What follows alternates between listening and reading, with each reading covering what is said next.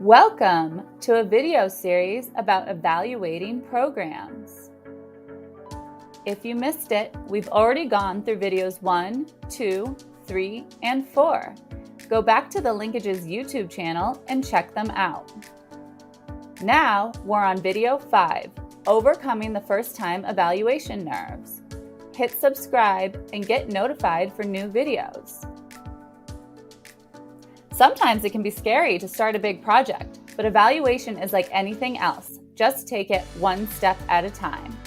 As we shared in the first video of this series, evaluation begins with assembling your team and defining the scope of work.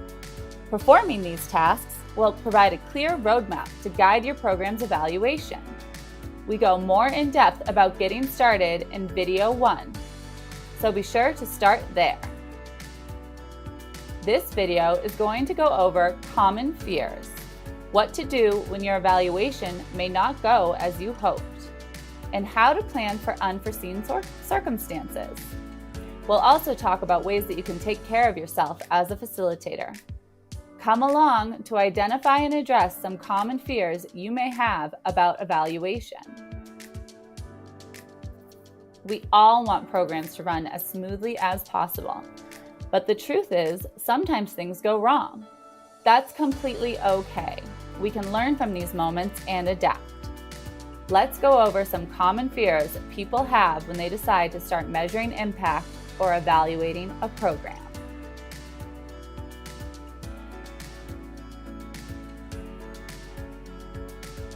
First, collecting evaluation data from your participants can be challenging and messy.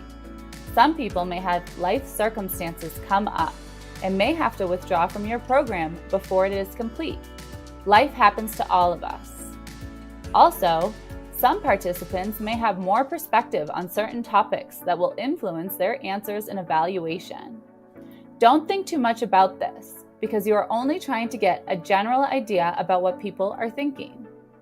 Lastly, not everyone will fill out the evaluation, and this can be for a variety of reasons. Just remember, messiness is normal, and all data is valuable. Any data you collect can be used for some type of insight, even if it's not a major conclusion. For example, if a participant fills out the base survey, but not the post survey, you can still use this information for first impressions of the program. Next, there may not be as many participants as you were hoping to attend the program. But this brings me back to my point. You can find something useful in any amount of or form of feedback that is given to you.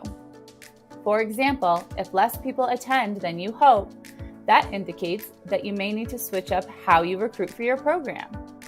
You can also ask the participants that did sign up what drew them in, and any ideas they may have on how you can recruit more people. Sometimes, unexpected events, like the COVID-19 pandemic, may require programs to quickly adapt.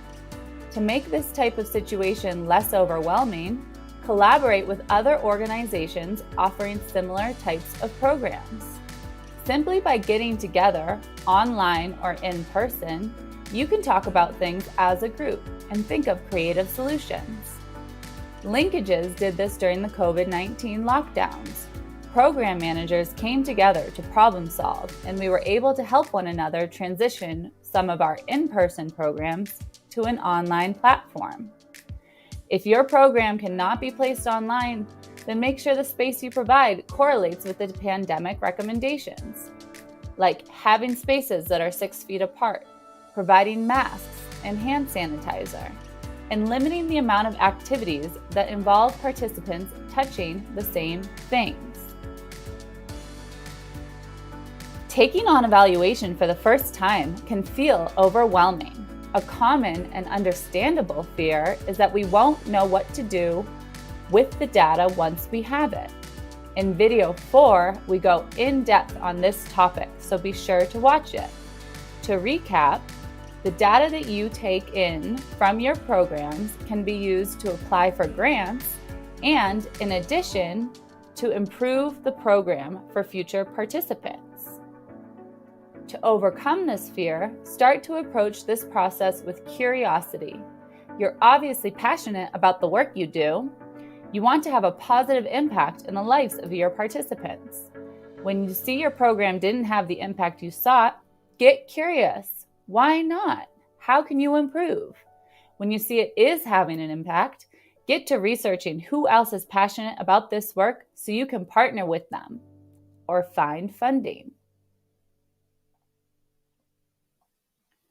A common fear for your participants is that they may be hesitant to share their experiences if they don't understand how you'll use the data. You may also feel this fear. You need to clearly explain why the data is important and how it will be used.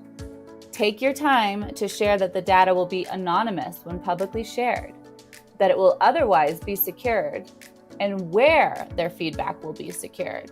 For example, a locked file cabinet or a password-locked hard drive that only the researchers have access to. Next, make it clear how the data will be used and why this is important. Some reasons include adapting and improving the program for future participants, providing data to apply for grants to continue offering programs, and lastly, to encourage other organizations and communities to run this program too. A lot of what has been talked about in the videos includes a team, but sometimes a team isn't available. That doesn't have to stop you from running a great program. If you are alone, the first thing to do is to give yourself grace and understand that this is a lot of work for one person. To make it more manageable, break up the tasks into achievable chunks. Maybe one day you decide to look at a survey question option, and the next day you choose to create the survey. Maybe the final day you choose a recruitment technique. Then eventually you'll have a complete evaluation, one step at a time.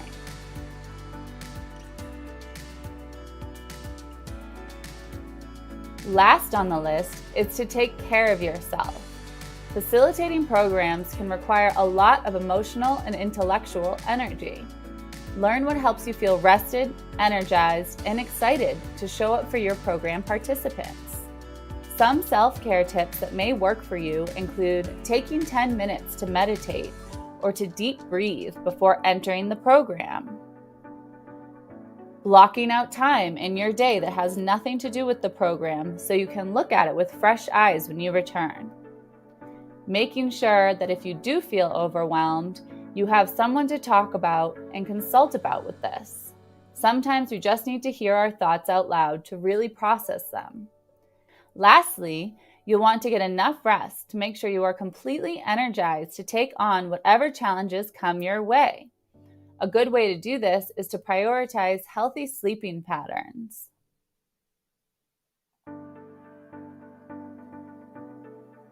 Hey, I just wanted to say thanks for following along. This video would not be possible without funding from the Next 50 initiative.